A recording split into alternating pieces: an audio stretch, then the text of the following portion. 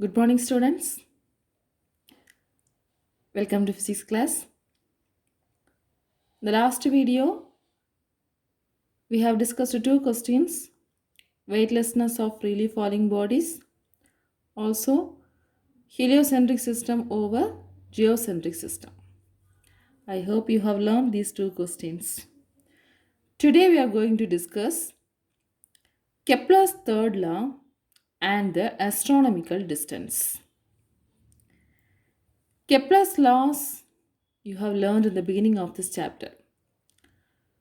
What Kepler's third law says, that is, the square of the time period of revolution of the planet around the sun in an elliptical orbit is directly proportional to the cube of the semi-major axis of the ellipse. Isn't it? So t square is equal to a cube. Square of the time period of revolution is proportional to the cube of the semi-major axis.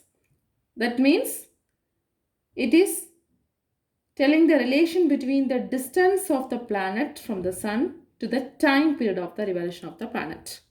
Distance and the time period of revolution relation explained. Okay? Astronomers are calculating the distance of planet from the sun in terms of distance between the earth and the sun.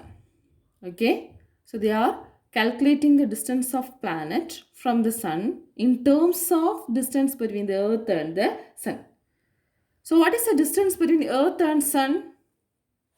That is, the distance between earth and sun is equal to 1 astronomical unit. 1 astronomical unit is the mean distance between the earth and the sun. That is equal to 1.496 in 10 power 11 meter. Here we are going to measure the distance of Venus and Mercury planets from the sun. Measurement of distance of Venus and Mercury from the sun. Actually, Venus and Mercury are the inner planets with respect to Earth. Am I right? Mercury, Venus, Earth. So Mercury and Venus are the inner planet with respect to Earth. So we have to know the angle of elongation of Venus with respect to Earth and the angle of elongation of Mercury with respect to Earth. Angle of elongation of Venus is given as 46 degree. Angle of elongation of Mercury is given as 22.5 degree. Look at these two pictures given in your book. That is, this is Earth surface, Sun, and this is Venus. What is the angular distance or angle of elevation? The angle subtended at a point on the Earth for the Venus is 46 degree. 46 degree. For Mercury, from the Earth's surface, the angle subtended at 22.5 degree. 22.5 degree. Okay. Here, this Venus makes 90 degree with the Sun. Maximum elongation. Venus is at 90 degree with the Sun. So this is the maximum elongation. Understand? So now we are going to find the distance between the Venus and the Sun. Also distance between the Mercury and the Sun. Simple trigonometric relations we are using and calculating these values. Let's see. So this is Sun. So Mercury is revolving around the Sun in an orbit. Venus is revolving around this in an orbit, and Earth also revolving around the Sun in an orbit. Right? Now let's fix the position of Venus. Venus revolving around the Sun in this orbit. Okay? Then the Earth also revolving around the Sun. So the Earth orbit we can draw here. So this is Earth. Now, Sun and Earth is at a distance of 1 astronomical unit. This we can consider as capital R. And the angle of elevation, that is 46 degree for Venus. This is Venus planet. Okay. Now with this 46 degree, it makes the maximum elongation. That means it makes 90 degree with the sun. Now it's look like a triangle, isn't it? So right angle triangle. Now we can easily calculate the distance between Venus and the sun. So this distance is taken as small r. Understand?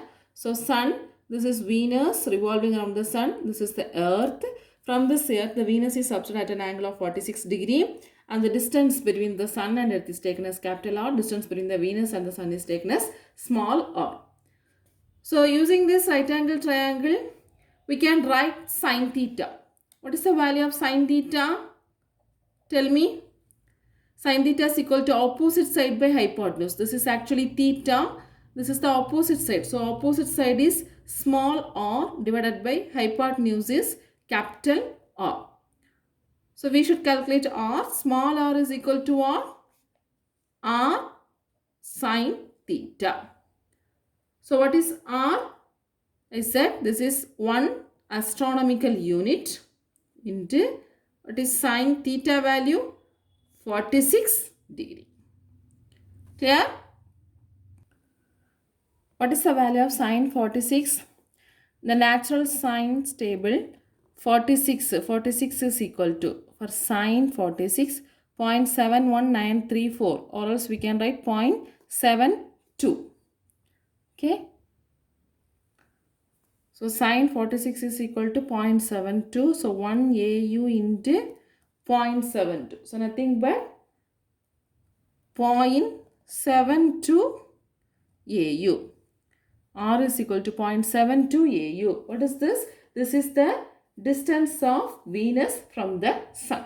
Distance of Venus from the sun. So simple calculations we have calculated the distance of planets from the sun.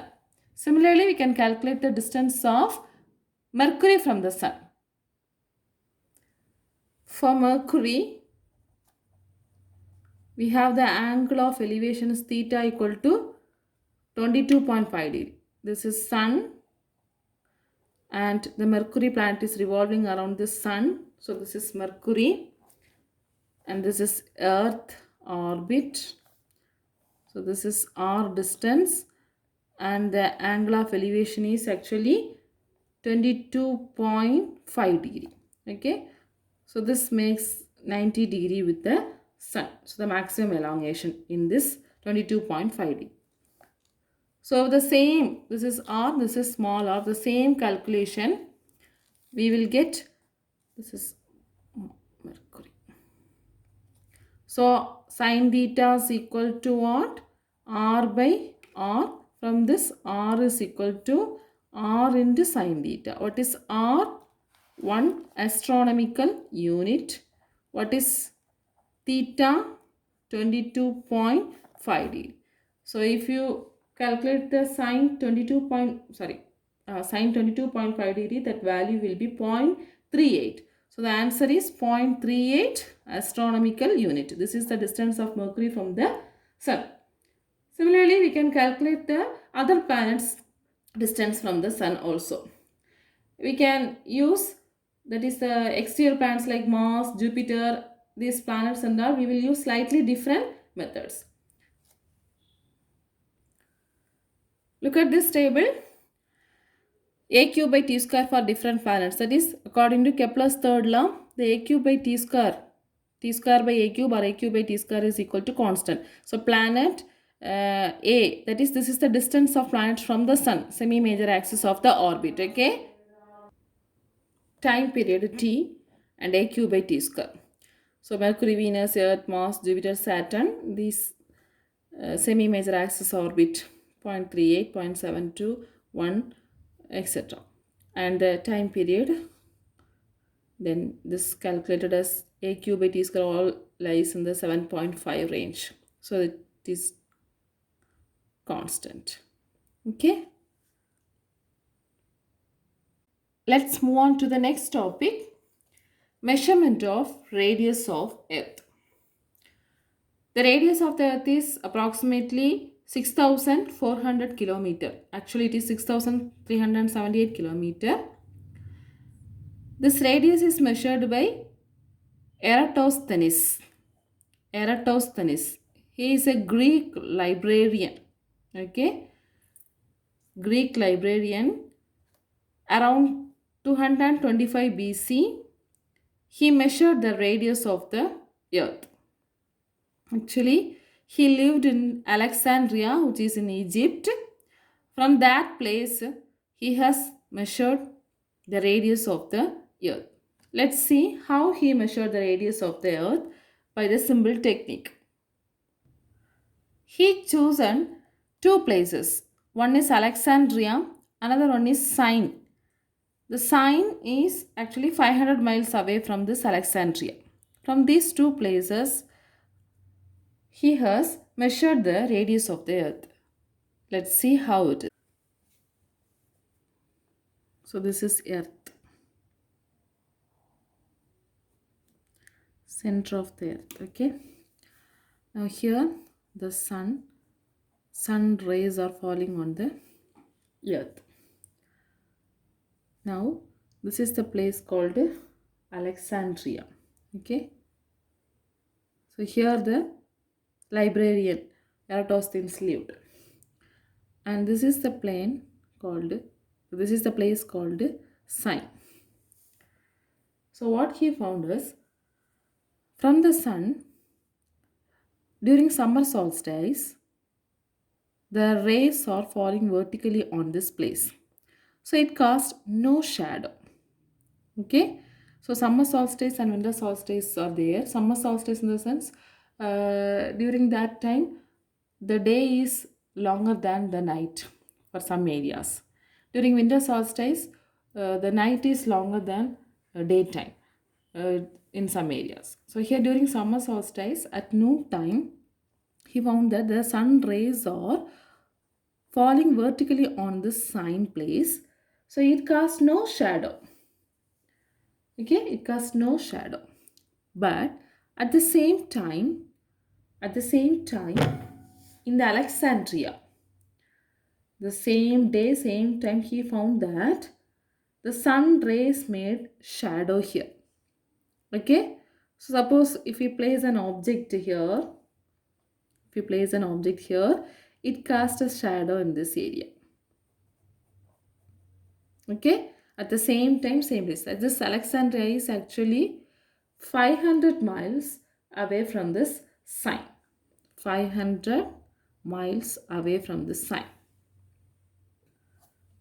So if you place an object here, there is no shadow, but if you place an object here, it casts a small shadow. So we are measuring this shadow, we can calculate the radius of the Earth. Actually, this is the radius or radius of the Earth. Okay, this is also radius of the Earth. Or we know that the Earth is revolving around the Sun by means of an tilted angle 23.5 degree. The orbital plane of the Earth and the orbital plane of the Sun is little bit tilted by means of 23.5 degree. So because of this, at this place the sun rays falls vertically and it casts no shadow, but here it casts a small shadow. By measuring this shadow length, we can calculate the angle. This angle we can calculate. If we calculate this angle, this is same. This and this are same. It was found to be 7.2 degree. 7.2 degree. How can we calculate this theta? There is a small calculation. So consider this as a triangle. Okay, triangle. So we can draw the triangle in this manner. This is the theta. Okay, and this is the height. Here they mentioned as pole. This is the pole. The object I said is a pole. So this is the pole height. And this is the shadow length.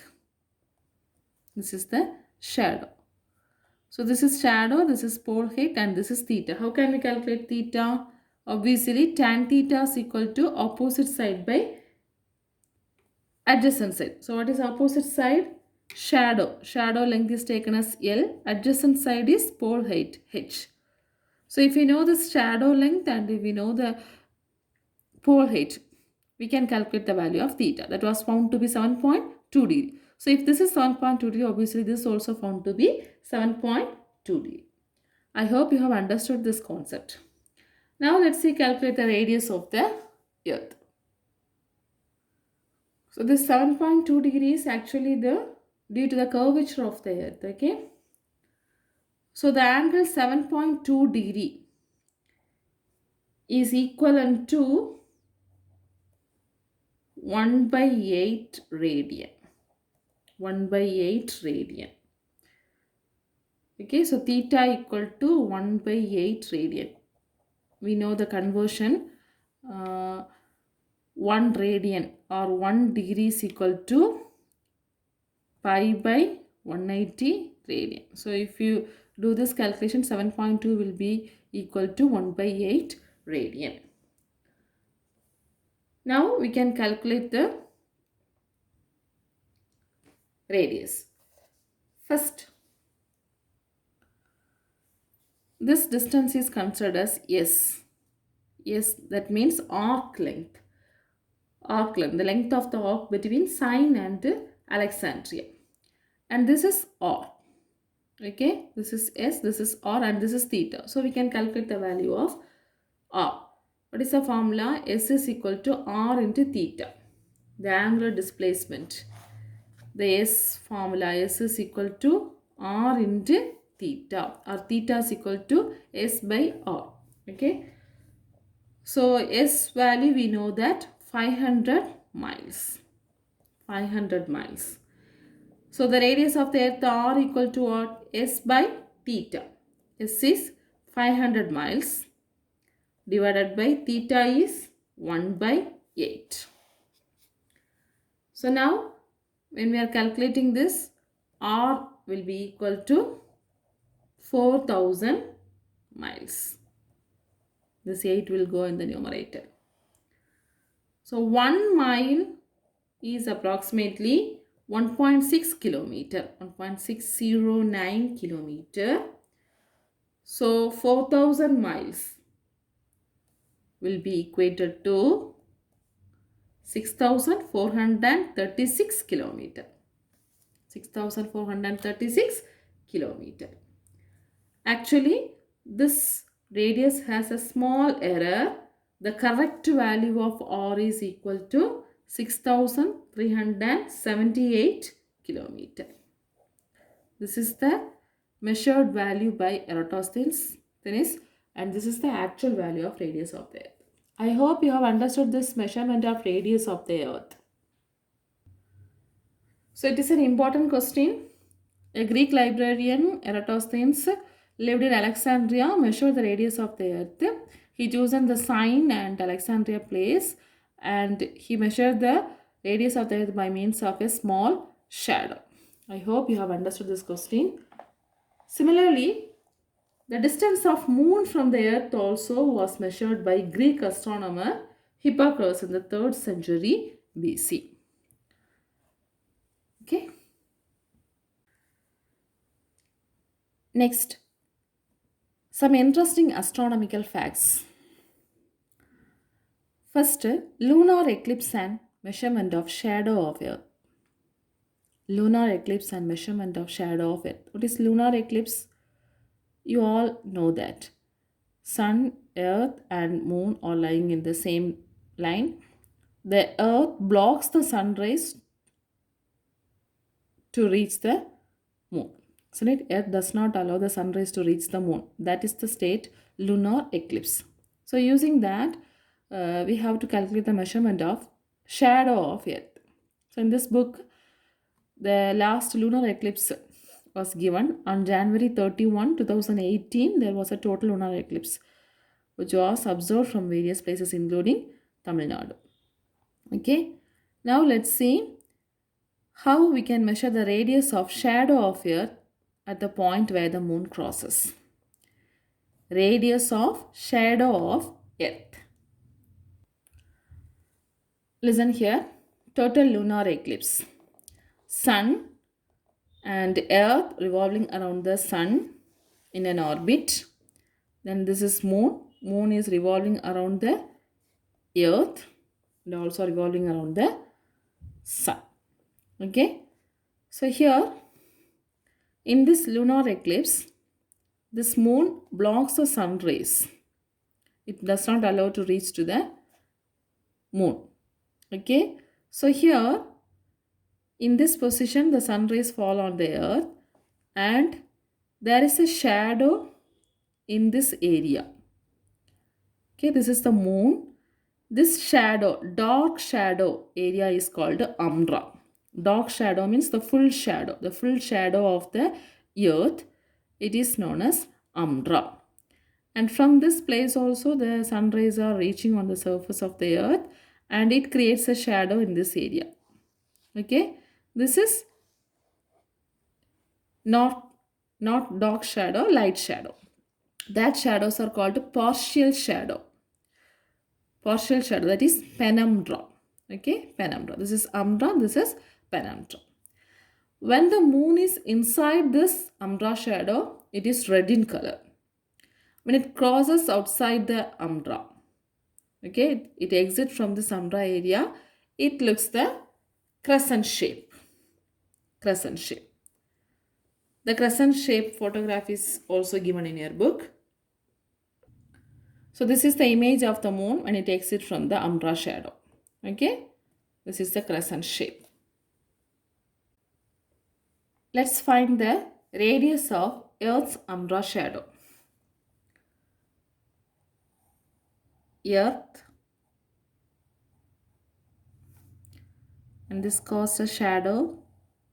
This is called umbra, Earth umbra shadow, and the moon is orbiting this area. So this is moon, and here this area is known as umbra. Here this is known as the umbra, radius of umbra disk. Okay, this is umbra disk. So this is known as the radius of umbra disk, considered as RS.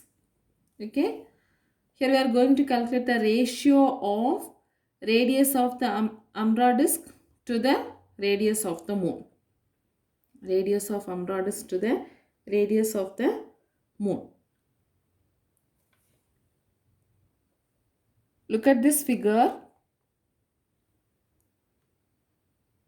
Calculation of umbra radius. Here this is RS. Okay, this is the moon.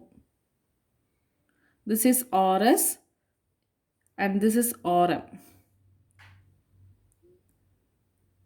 From here to here, this is RS. It was found to be 13.2 centimeter, and outer this is the moon area. So we can consider this radius is RM. It was found to be 5.15 centimeter.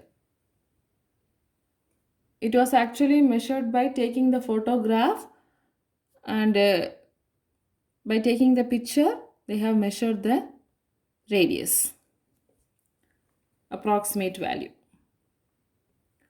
So listen, the apparent radius of Earth's umbra shadow is taken as RS. It was measured as 13.2 centimeter by means of simple telescopes, and apparent radius of the moon is measured as RM equal to 5.15 centimeter. Now what is the ratio of this? RS by RM is approximately found to be 2.56. 2.56. Now what is the radius of the Earth's umbra shadow? The radius of the Earth's umbra shadow is RS is equal to 2.56 into RM. Okay. This is by taking the photograph we have got this value, and the radius of Earth Umbra shadow RS is equal to what? 2.56 into RM. So what is RM? RM, the radius of the moon was found to be 1737 kilometer. Now the radius of the Earth Umbra shadow RS is equal to 2.56 into 1737 kilometer. So it is 4446 kilometer. So this is the radius of Earth's umbra shadow. Radius of Earth's umbra shadow. Actually, the correct value of RS is 4610 kilometer. So there is an error. The percentage of error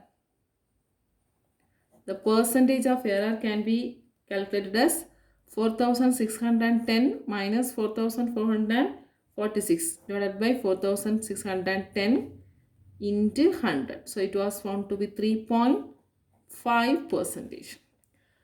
For 4610, this is the error.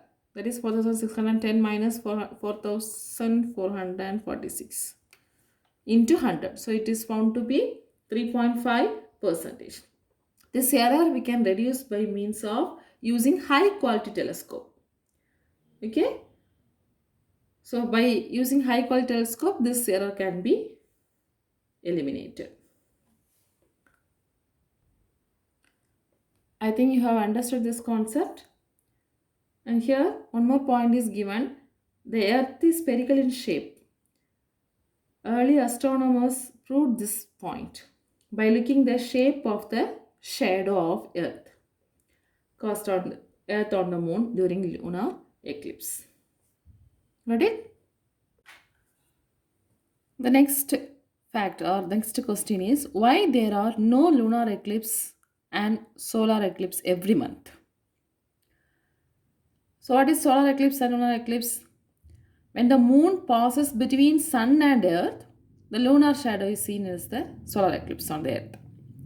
When the earth passes directly between sun and moon, its shadow creates a lunar eclipse.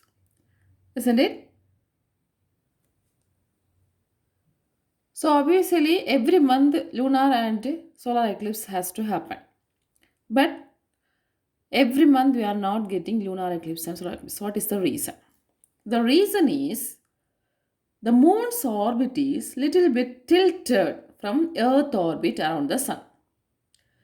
5 degree it is tilted from the earth orbit around the sun. That is the reason every month we are not getting lunar eclipse and solar eclipse.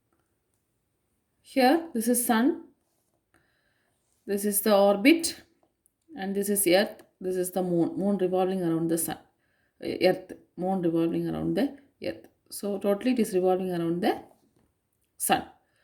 So here, see in this area, full moon, lunar eclipse happened. Here it is in the line, there is no tilt, there is no angle. The orbital plane of the earth and the moon are same. But look at this side, the orbital plane of the moon, that is little bit tilted, 5 degree. 5 it is tilted.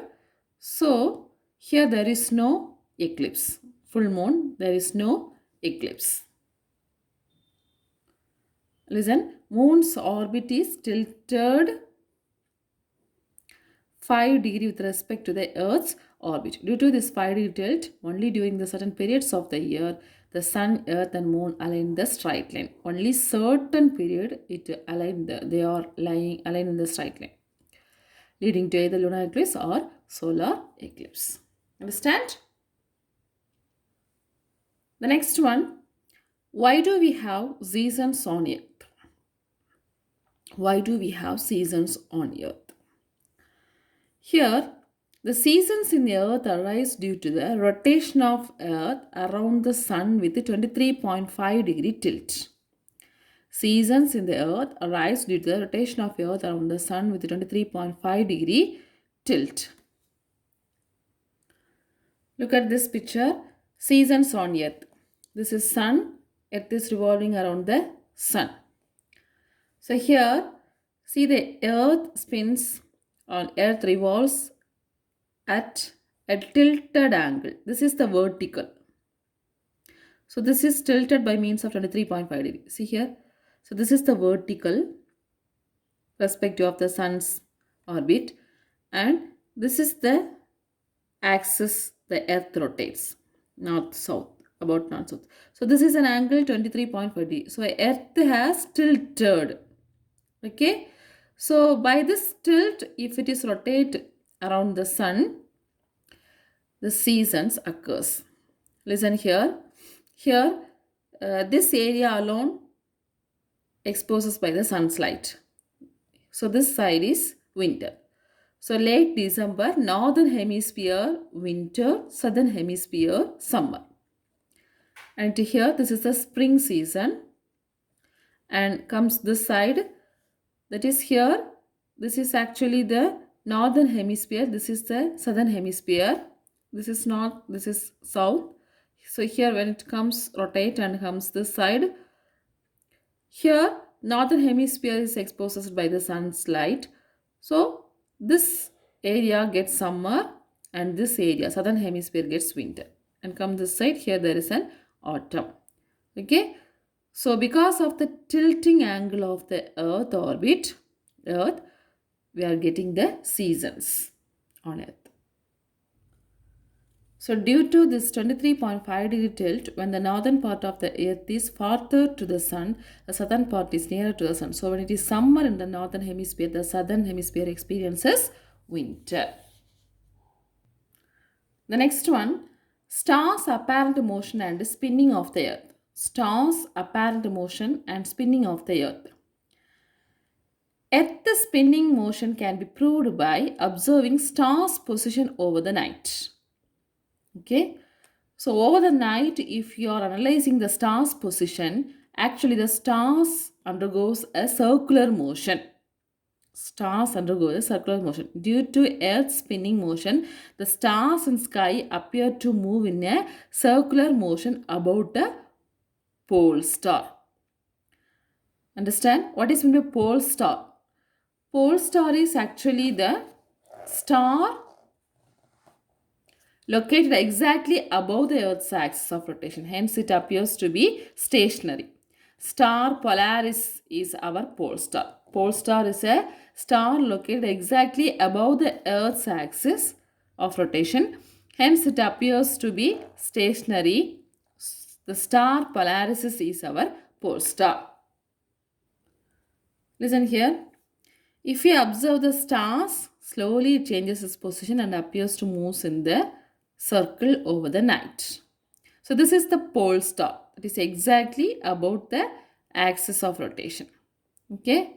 And here, rotation of Earth. This is Earth. About PQ, it is rotates. Explains apparent rotation of stars. So this is the rotation of stars. Apparent rotation of stars, which is in the opposite direction of PQ. So when the Earth rotates like this will be rotating here. So this is the pole star. Stars apparent circular motion due to Earth's rotation. So we are now at the end of the 6th chapter. That is, we have seen the astronomical facts, some interesting astronomical facts. At last, the recent developments of astronomy and gravitation. So we know that the technology has been developing. So the recent developments occur. So it is in astronomy. It happens. So let's see some of the points given in your book.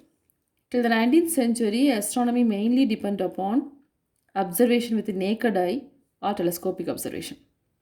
Okay, there is no typical instruments. But after the discovery of electromagnetic spectrum, the understanding of the universe is increased. And Newton's law of gravitation could not explain certain phenomena and showed some discrepancies. So Albert Einstein formulated his general theory of relativity, which was one of the most successful theories of 20th century in the field of gravitation. So before 19th century, there is no typical instruments to explain all the cases. But after 19th century, the development occurred.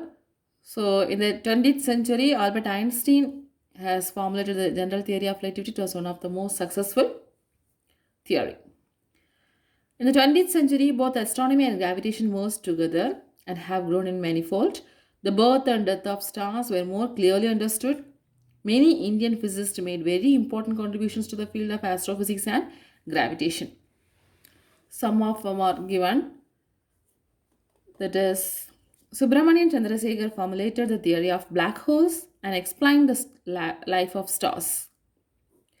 These studies brought him the Nobel Prize in the year 1983. Another very notable Indian astrophysicist, Magnath Saha, who discovered the ionization formula which was useful in classifying stars. This formula is now known as Saha ionization formula.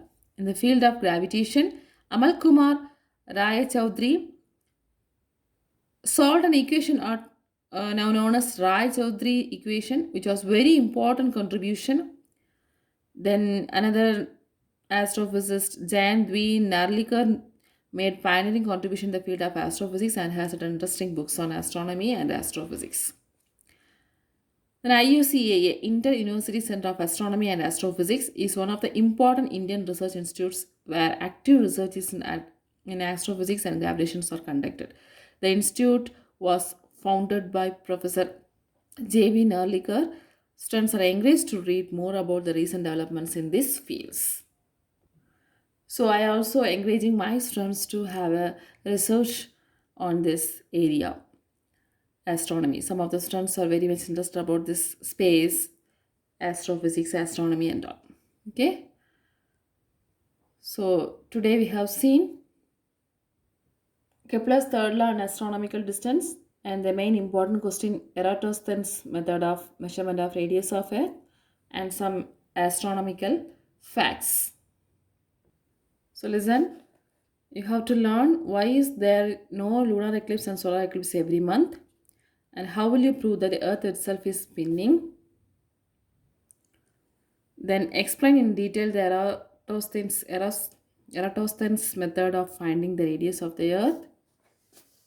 Then describe the measurement of the Earth's shadow, Umbra radius, during total lunar eclipse. So these questions you have to learn from today's portion. Thank you, students.